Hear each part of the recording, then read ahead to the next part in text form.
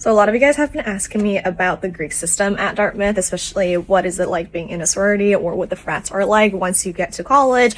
Obviously, you should not write about this in your essays, but for informational purposes, about 2/3 of the students are actually a part of a frat or sorority, which is pretty crazy, but honestly, probably because there is nothing else there in Hanover. And for freshmen, there is actually a 6-week ban, I think, where you can't actually go into the frats until 6 weeks after college starts. Unlike all the other schools you see in the South, like Alabama on Rush Talk with all the girls dancing and going crazy during recruitment week, at Dartmouth, you can't rush until your second year of college, which means that you have 1 year to explore other social spaces.